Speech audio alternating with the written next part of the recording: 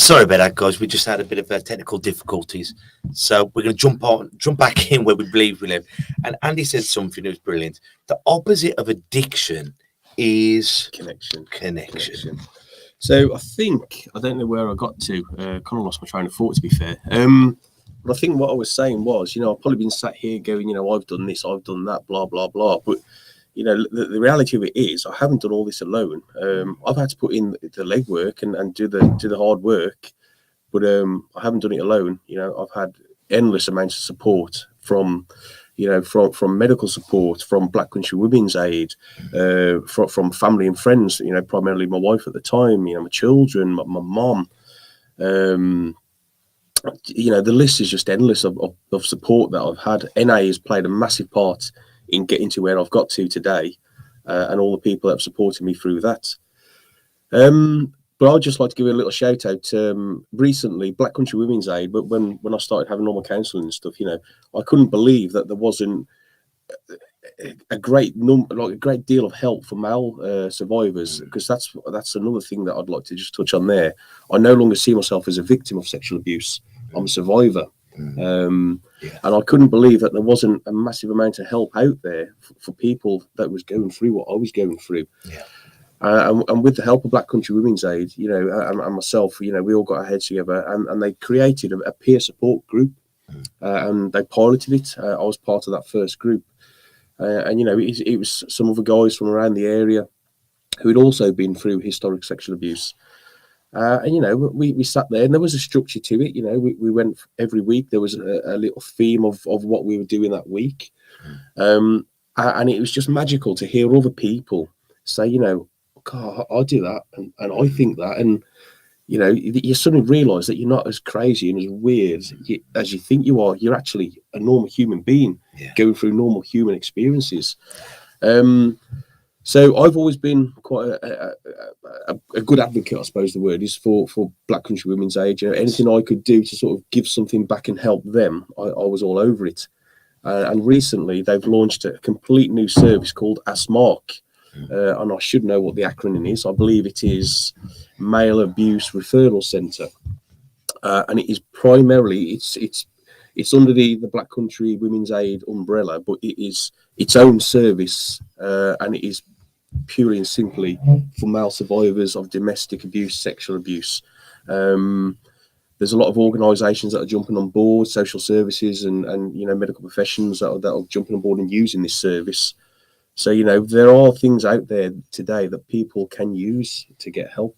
Because it's like, because we've done quite a lot on male domestic abuse, and it's a bit of a taboo subject that we don't believe that the fairer sex can be doing these atrocious things, be it sexually, physically, violently, emotionally. It happens on both sides, doesn't it? With all these, does, yes. But when we think of, I think you've got to remember as well, Kev, it can be male on male. Oh yeah, well we had that, didn't we? With the LGBTQIA, QC, and it's in every culture, gender, colour, religion. It is everywhere. Abuse lies in every community, and some communities they go, it does not happen here. It does not happen in our gated community or in our very religious communities or our. And when we are that ignorant to believe that it doesn't happen everywhere, that's when the wrong people can hide it. So we've got to be allowing people to be the voice of saying it does happen here. It can happen anywhere, and we've got to give the survivors, the victims, whatever terminology, the right to speak out about it. Because if we're just going no, it will never change. I think this day and age, it is more spoke about, isn't it? They speak about it at school. They have lessons surrounding it. And that was part of the reason that I sort of, spoke up and came out, because at the time, growing up, I didn't really hear much about it. But then as I got older, there was all this Jimmy Savile stuff going on. It was in the newspapers, it was on the radio, it was on the telly. There was all these predator hunters on Facebook, and it was just like I could never ever turn my eyes away from it or close my ears. It was always there. So as traumatic as it was, keep reliving that. It kind of helped me because it was publicised to sort of stand up and do something about it eventually. So I think it is better today because people are more willing to talk about it. Do you think it's a good thing? Because I remember we touched on this ages ago, and I thought about it once we come off air. Is it a good, like you then, before you'd accepted it or spoke up on behalf of it, and it was, as you said, if before hundreds, was that good because it gave you the strength to then talk about it, or was it painful? It was painful, and it well, it kind of broke me, didn't it? That was the crux of why I sort of reached out, because I was broken. I'd done us. I'd had enough. So yeah, I think if I'd had like what they do at school nowadays, they've got access points to go to speak to teachers and people in positions where they can go and sit down and speak and get things off the chest. I think if that had been my day, maybe things would have been different. But who knows? Last time I was on this show, there was a guy on here. He said, "If some butts was apples and nuts, you'd never be hungry." Yeah. And that stuck with me. I love that saying. But yeah, if some buts, who knows what may, could have been, would have been, should have been. It's you can't dwell on that, can you, too much? And I think it's good, like, because once again, when we think of sexual abuse, it's normally a man on a little girl, but it's great people coming out and talking about this, because any abuse is terrible. But by having these conversations, it allows people to come out and talk on it. It and does it also make you wonder girls as well. on girls and everything. Yeah. It's. But it does make you wonder, doesn't it, Kev, whether there is more male to female sexual abuse, male to girls, should I say, sexual abuse, or whether it is that men don't talk up as much, kind of like mental health. Less men talk about their own mental health than women, and that's fact. So is it the same circumstances? Is it happening as often? We're just not hearing about it as much. I think that's a difficult one, isn't it?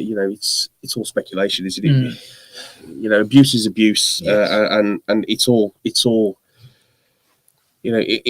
damaging. Yeah. And you'll never get to the true figure of any of those, will you? Of course you won't. But look, the moral of the story, the point of being here now, yes, is just to clarify that there is life after it, and there is services to get help, and you don't have to be a victim all your life. You can grow, you can change, you can learn. You can adopt new practices. You then reach out and help other people, which then in turn helps yourself. And what a gift to be able to do. Like, you might have gone through that hardness, but actually there's no better gift than helping someone else realise their potential and realise there's life after. I've said quite a few times now, if my story and me being here today, regardless of all the other stuff that I've done, if that reaches one person and gets that one person some help, it's all worth it, isn't it? Yeah. Because when I reached out, I'd spent months, seriously contemplating suicide, and what a scary place to be in. It's horrible, it's dark, it's sinister. On the surface of it all, I'd got everything. I'd got 2 beautiful kids, I've got a good job, I've got a house. I didn't really want for nothing. We weren't wealthy, but we weren't poor by any stretch of the imagination. And all I was consumed about was just stopping it on my own. Didn't want to do nothing. Didn't want to go out with friends. Didn't want to go out with family. I just wanted to get wrecked all the time. And all I could think about towards the end was just getting away from the pain. And it wasn't so much that I wanted to kill myself. I don't think I really did want to kill myself. I just didn't want to live in that pain anymore. And, there's people out there that today are feeling that. And let's just clarify that suicide is not the answer. It's a permanent solution to a temporary problem. And although it doesn't feel like a temporary problem, it really is a temporary problem. When you're depressed and you're down in that gutter, you can't see a way out, can you? For all the love, people say, you've got this around you, you've got that, think about your girls, and it makes no difference when you're depressed. But do you think there's anything at that point that anyone could have said to you that would have? I don't know. Again, it's ifs and buts, isn't it? It's okay looking back with a bit of hindsight, saying, well, if somebody had done this, maybe this. Who knows? The only reason I ask is maybe someone out there is looking at someone who they think potentially suicidal and can go, well, actually, that bit of a voice might help. But it is hard to answer, isn't it? Because everyone's different as well. So what might work for you might not work. No, absolutely not. It's finding what works for yourself, isn't it? But you know, the first and foremost, you know, you've just got to reach out and just speak up, tell somebody where you're at. You know, I read something only today, you know, 3 of the hardest things to say is I love you, I'm sorry, and help me. And, you know, if you can just say to somebody, help me, this is what's going on, you know, you've started that journey, you've started that process. Just stick around, man. The magic can happen, and it will happen. It might take a year, it might take 2 years, it might take the rest of your life, but the magic will happen. Because what I hear a lot with suicide survivors is when people say, think about your kids, think about your parents, but then you're putting on top of shame, guilt. Exactly. And I think the problem is they probably are thinking about them in terms of, but they'd be better off without me more than actually Because one thing that I was found interesting, we're talking off air about it, was your journal, and you could like say all the negative things that have happened, but then you had the gratitude side at the back. Yeah, so to clarify that, what you're talking about, I used to journal quite a lot.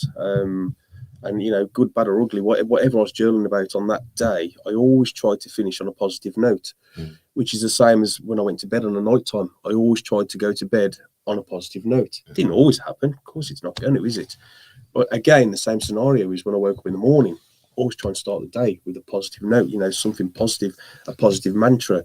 You know, my mum, bless her, most days I'd open my phone and there'd be some sort of positive message, you know, something she dragged off the internet, you know, and that was, I just surrounded myself with as much positivity as I possibly could.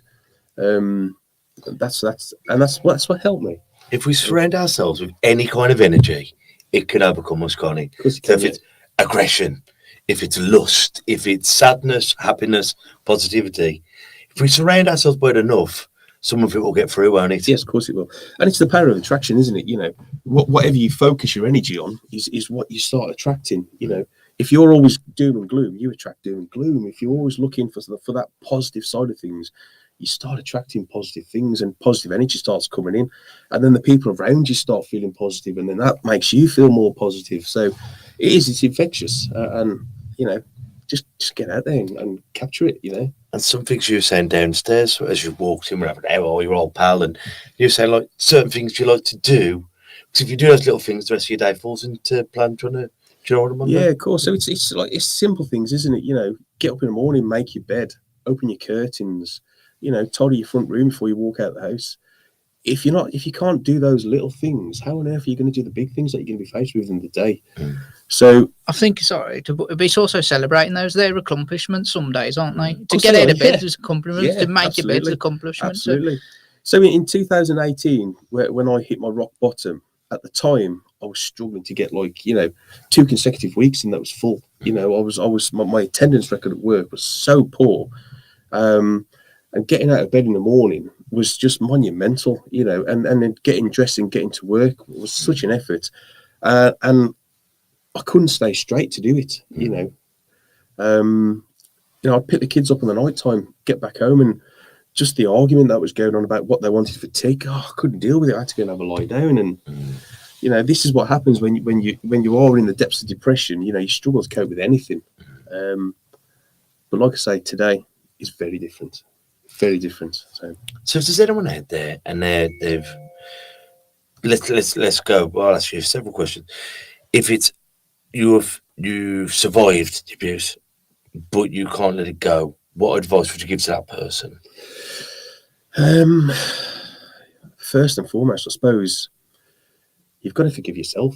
Yes. And that's the thing, because, you know, self-blame, it's huge. You know, you've got to forgive yourself first and foremost. It wasn't your fault. You know, you were the victim. You were a child. So, you know, get yourself some help, let that go. And you gotta learn some self-love. Yeah. You know, and that is quite hard, the self-love, because we can all self-loathe ourselves quite easily, can't we? Yeah. But, you know, to sit there, and I don't mean this in an egotistical way, but to sit there and say, you know, actually, I do love myself. You know, okay, so like Lee just said, you know, some days just getting out of bed and opening your curtains, that's a monumental achievement. I'm going to give myself a pat on the back for that. I survived yesterday. You know, that's exactly. You know, like tomorrow, you know, I might have the energy, and I might have the ability to go and scale Snowdon and back down. The day after, I might just be able to get to work and just do a day's work and get back home and get back into bed. But, you know, you've done it. It's about all the little achievements, and it's about loving yourself, whether it's a big achievement or a little achievement. And what would you say to someone? Because something you touched on then with addiction. We stop it because we want to feel better, but sometimes to get better, we've got to feel a lot worse to get better. Because when you were saying, like, when you patted in, you're thinking, like, now I'm clean. It's difficult because I've actually got to face up to it. So you get clean, and then all of a sudden, there's a saying in the rooms of NA that the best thing about giving up drinking substances is you get your emotions back. The worst thing about it is you get your emotions back. So it's a double-edged sword, isn't it? You know, you've got to learn to face life on life's terms again. You know, all that stuff that you were hiding behind. You know, you weren't dealing with life really. You were present, but you weren't truly present, were you? So now you've got to start learning to live life sober and clean. And sometimes that's pretty hard, isn't it?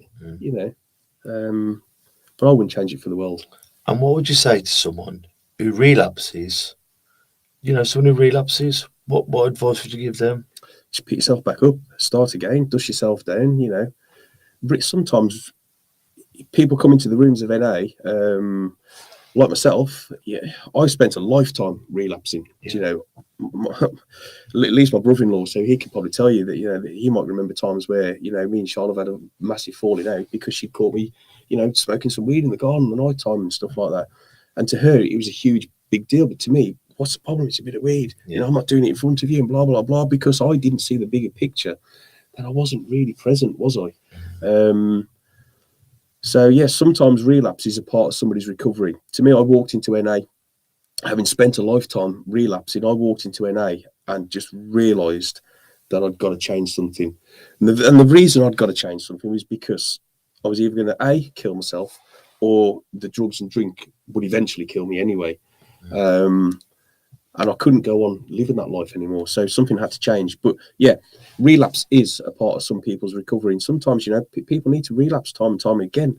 Again, just give yourself some self-love, cut yourself some slack, get back up. I was actually speaking about this today. I've met a lovely lady that we've become partners, and you know, I've been seeing this lady now since June. And only today we were talking about various things, and I think it was on the radio this morning. Somebody was on about like an analogy with a boxer, and I said, "Oh, it's like that Rocky Balboa quote where he says, you know, it's not about how hard you can hit; it's about how hard you can get hit and get back up."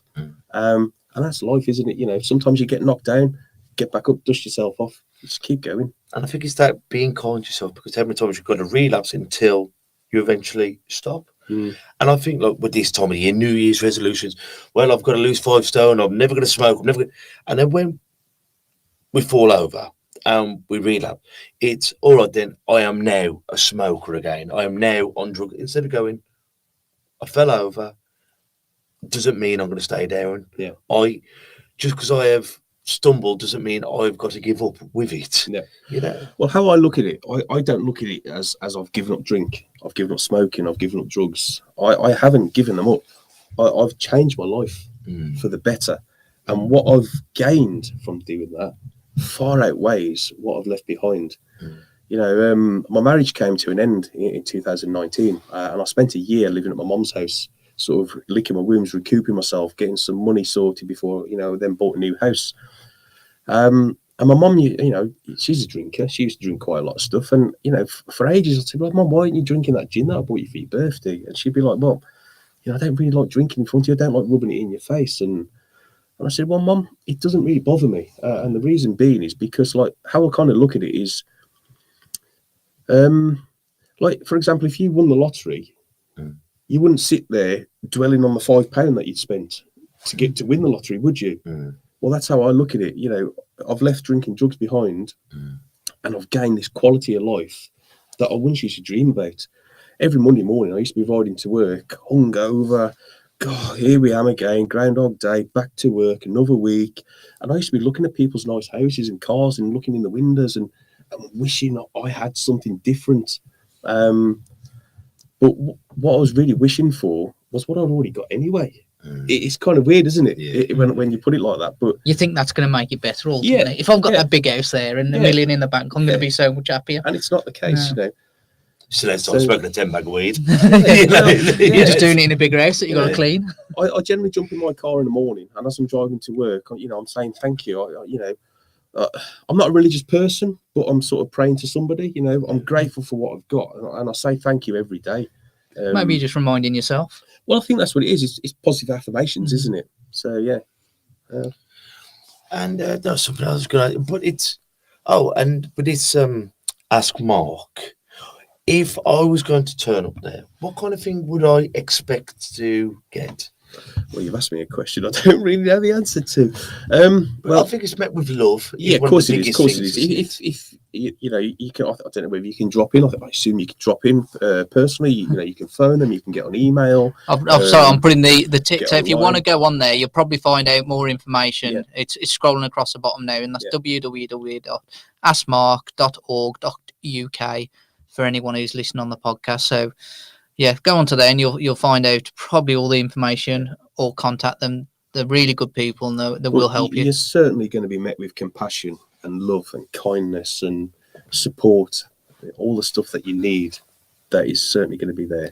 And I think with the great thing about these, what I've understood, because having Black Country Women's Aid on there, we love them to bits. They've been on loads of times on the radio, on our podcast. We've done a lot for them, haven't we? Well, it's because of you that I got in touch with them, and we've tried and work as closely as we can with them that we can. And but every time that I talk to them, what I'm always about, it's not an after school special. It's not. Yes, you have got professionals there, but it's like-minded individuals who have been on the same foot race or in a similar one who can share experiences. Yeah. And for having lived experience is so good, and so you get me kind of thing. And I think that's so refreshing when you're thinking you're not just regurgitating a book or a sentence, it's you understand. Yeah. I mean, I've met a lot of the women that work at the organisation now. They are a charity-based organisation, and the work that they do is phenomenal. And the team that they've got is quite a sizable team. And like you say, they deal with all manners of domestic and sexual abuse, and they're all passionate about it. Yeah. They to them it's not a 9 to 5 wage. They're there to make a difference. Yeah. And that's the important thing. And let's be real about it. This Ask Mark service that they've just launched, we're not talking just about changing people's lives. In a lot of cases, we're talking about saving somebody's life. Yes. And can you put a price on that? You can't, can you? To save somebody's life, to change somebody's life, it's priceless. And it happens. It's happening now. And as for men, women, children, find them. If you'd like to make a donation to them, find them, because they are honestly one of my favourite organisations, and they're very very close to all of our hearts here. Well, Andy, I thank you ever so much. Before we go into our quotes and everything else, is there anything you'd like to say while we're here? No, I'd just like to say thank you for having me. Thanks to everyone for listening. I hope I've spoke some sense and not just waffled a load of rubbish. It's I don't want it to be doom and gloom, but it's quite a difficult subject to talk about, isn't it? It's not sunshines and roses, that we're talking about, but there is help out there. So if anyone has listened today and they do need some help, they need some inspiration, we're here. You've got all the information that we've put up today. We've got a host of Google searches that you can do for services in the area. So please don't feel like you need to struggle on your own. There is light at the end of the tunnel. So thanks everyone who's tuned in today and listened. I hope you're all well. Have a great day. I'll add to that, apologises. We did have internet issues, so there is 2 parts to this one, but we've enjoyed having you on, haven't we, Kevin? Yeah, and again, it's been enlightening to listen to you and get the information. It's a better venue than the first one. It's warmer. It is, yeah. So. Well, this Thursday we've got the wonderful Kerry Davis coming on to Black Country Extra, talking about her CIC company, More Mascots Please. And she's just remarkable. We're going to be talking about everything across the board. And next Tuesday at the same time, we've got Lisa coming on, who we're going to be talking about sexually transmitted diseases and all them things that we get embarrassed about, all of our deviance beyond the bedroom and everything. But it's something that if we're having these conversations, it's easier. Let's have no conversation that can't be talked about, because more we talk about it and what we find embarrassing might just be saving someone's life. So, my brother, have you got any quotes or sayings that have helped you get through life? You've put me on the spot now, haven't you? Well, Lee's going, yeah, I've had 2.5 years to this. Yeah. Live Before for we today. invite guests on, really. Live for today. Very much so. Well, guys, until we see each other next time, take care of yourselves and each other. Ta-ra a bit. Listen. And that's a wrap for another show. But if there are any comments or messages that you would like us to read out for our next podcast, please be in touch. There are also lots of different organisations at the bottom of this page, and hopefully they can help you or someone you care about. Please share this to spread the word. Until we talk next time, ta-ra a bit. Listen. Isn't that Wilder? Nah, never is. I don't know who hasn't texted me though. Get my phone down, stop. It's off. Oh, shit.